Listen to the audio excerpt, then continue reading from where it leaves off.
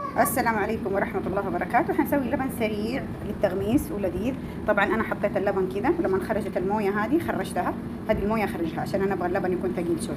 عندي حبة سودا، عندي حلبة، عندي كمون حبوب، شمر حبوب حضيفهم، أضفت الملح. عندي هنا زيت زيتون بالثوم، حخلطهم وأحطهم عليها. الفلفل اختياري، ممكن تحطي فلفل مقصقص وممكن تسيبيه بدون فلفل. أحط الثوم اللي بالزيت وأخلطه بالمضرب، بعدين نحط التوابل هذه. خلاص شوف خلطته صار ناعم مع الزيت والثوم. الان ابدا احط عليه الحبه السوداء يعني تقريبا ملعقه الشاي من كل شيء. هذه حبه سوداء وكمون وحلبه، وارجع اخلطهم ثاني.